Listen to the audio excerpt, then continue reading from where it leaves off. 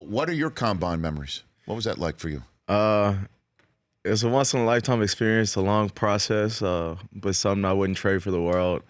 A lot of long meetings, long doctor's visits, and by the time you get ready to compete, you're kind of tired, but you're an athlete, so you're there to compete, and it's time to go. Yeah, I know. The early mornings, right?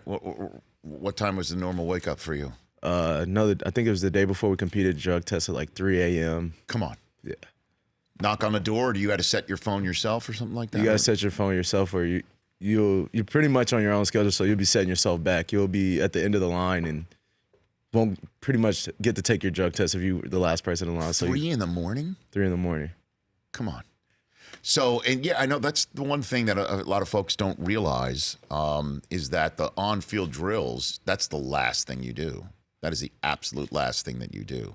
Oh, yes, definitely. A lot of psychological testing, just a whole bunch of testing. What's the strangest question you were asked?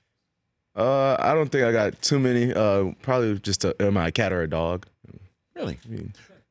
Which team asked you if you were a cat or a dog? Do you recall?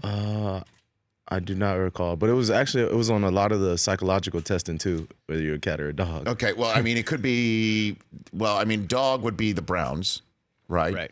Cat would be Jaguars, Panthers. There's a few cats See, out I there. didn't even think about it like that. Lion? I think of it Bengals? in a mentality. Are you? So how did you answer? I said I was a dog. Of course you are. Of course you are. That's how you got to answer. Of course you are. I mean, you might like, drinking milk. Taking naps. Or if you say you're a cat, doesn't that say, I am just going to ignore you and walk away from you whenever I damn please, right? Dog means you are loyal. You're loyal. You are there. Yes, sir. Good for you. Definitely. That's the answer. That's part of the reason why I like Aaron Jones here on the show. And so what did you run your 40 in again? Officially 4.53.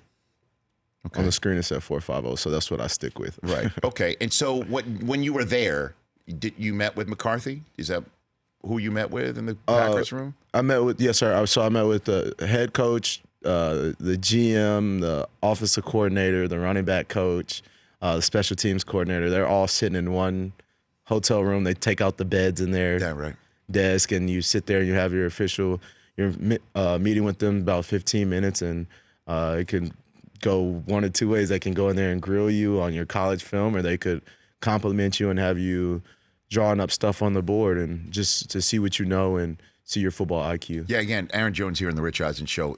For those who may not know, what you just described is the interviews take place in a hotel in Indianapolis that 51 other weeks of the year is there for tourists to come in with an indoor pool as well. Definitely.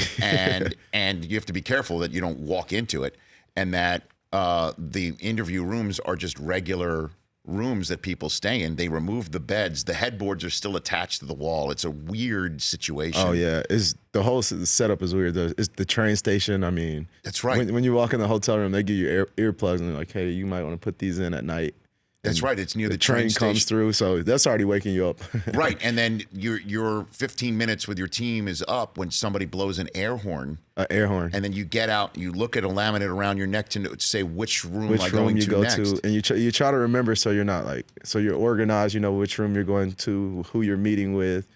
And then they wake you up to pee in a cup at 3 in the morning, and then have you work out an entire day, and then send you to the airport, and you're like, what the hell just happened? Go on stage in front of the coaches, just in your spandex.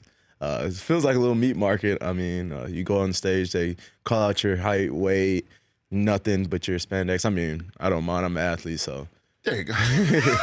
So you're flexing. You heard what I was asking earlier, if he was flexing back in his day. So. I was on stage flexing hard. I bet you were. I bet you were. Did you leave thinking that I think the Packers are going to take me if I'm there, or what?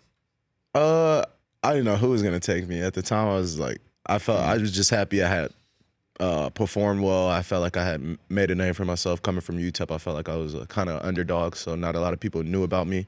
But after the combine, I felt like I left there. People at least knew a little bit about me or knew my name. Well, they certainly know your name now, Aaron Jones. That's for damn sure. The Rich Eisen Show, weekdays at noon Eastern on Audience.